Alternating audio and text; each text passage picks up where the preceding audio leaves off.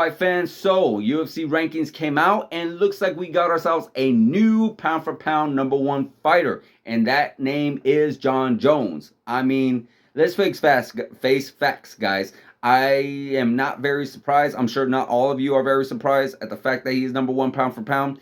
Is it kind of like a little messed up? Yeah, just a little bit. Just a little bit, only due to the fact, and I'll get into that right now. But first of all, it's not that big of a surprise because Jon Jones was previously at #1 pound for pound.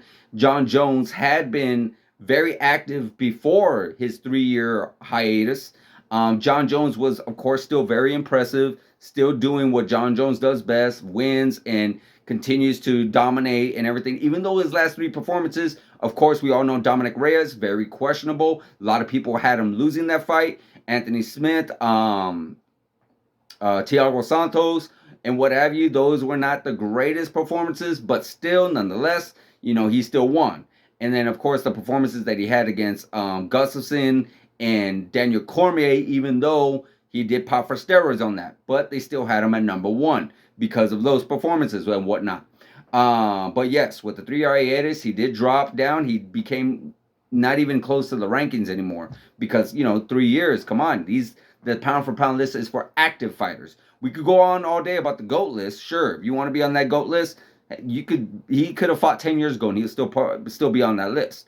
But nonetheless, as far as him being pound for pound #1, yeah, it is. It is a little messed up. It is a little wrong, only due to the fact that Jon Jones, as good as he is, I should say, and as impressive as the victory is to come back from 3 years and to submit Cyril Gane, it still isn't super like, oh my God, we got to put him against over Volkanovski and Islam. Because one, Volkanovski and Islam been doing the damn thing for a while. They've been very, very active. And they've been dominating people left and right.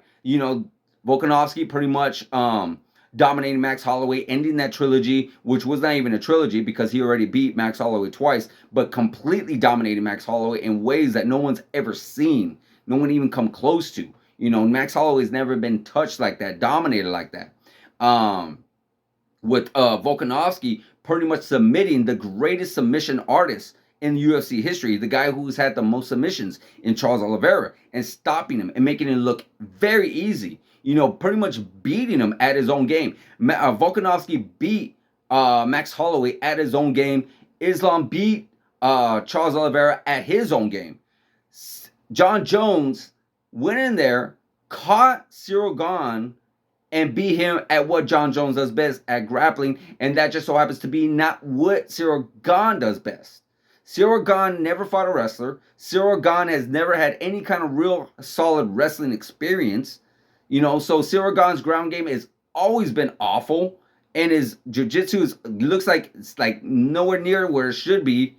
And yeah, so it's like, it's not to downgrade Jon Jones' performance because it's still very impressive to do it in that fast of time and to do it the way he was able to do it. Very impressive.